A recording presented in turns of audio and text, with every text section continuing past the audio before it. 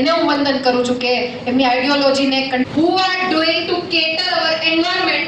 એમાં એક છોડવું એ વાયુ। આજરોજ જામનગર ખાતે ઓસવાડ એજ્યુકેશન ચેરિટેબલ ટ્રસ્ટના માધ્યમથી હરિયા કોલેજ ખાતે ડોક્ટર શ્યામા પ્રસાદ મુખર્જીજીની 125મી જન્મ જયંતિના પાવન અવસરે વિદ્યાર્થીઓ સાથે એક ગોષ્ઠીનું આયોજન કરવામાં આવ્યું, જેમાં યુવા મોરચા, મહિલા મોરચા અને તમામ જેટલા પણ પદાધિકારીશ્રીઓ છે એમની ઉપસ્થિતિમાં દીકરા દીકરીઓ સાથે યંગ જનરેશન છે એમની સાથે એક સંવાદ કાર્યક્રમનું આયોજન કરવામાં આવ્યું અને ડોક્ટર શ્યામા પ્રસાદ મુખર્જીએ રાષ્ટ્રહિત સર્વોપરીની ભાવનાને, અખંડ ભારતના અને અંત્યોદયની પ્રેરણાના ભારતની જે પરિકલ્પના કરેલી હતી એ વિચાર વિમર્શ કરી અને એમની સાથે એ વિચારોની આપલે કરવામાં આવી અને ખૂબ સુંદર રીતે આ કાર્યક્રમ જે છે એ સફળ થયો અને આવનારા સમયમાં જે વિચારો, ચાહે આત્મનિર્ભરતાની વાત હોય, ચાહે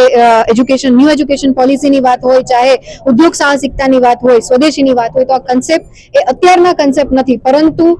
સેન્ચુરી બેકના કન્સેપ્ટ જ્યારે એવી વ્યક્તિ વિશેષે આપણા બધાની વચ્ચે મૂક્યા હતા કે જ્યારે ભારત આઝાદ થઈ અને અખંડિતતા તરફ આગળ વધી રહ્યું હતું ત્યારે એ વિચારોને પુનઃ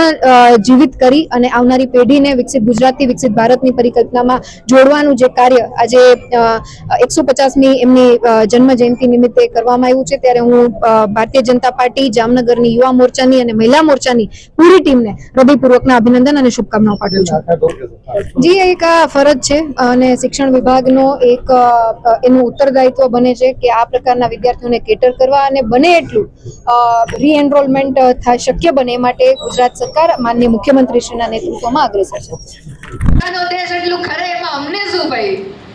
અમને તો અમેરિકાને જોવાની મજા આવે છે, સોશિયલ મીડિયામાં બોલવું છે, પ્લાન્ટેશનની વાત આવે, એક પેડ માં કે નામની આ 10-12 વર્ષના રિફોર્મેશન્સ ઉપર ફોકસ કરજો। 54 crore beneficiaries are registered officially in Ayushman system ની બારે ક્રિટિક કરો। આવો સિસ્ટમમાં આવો, હું મિકેનિકલ એન્જિનિયર છું,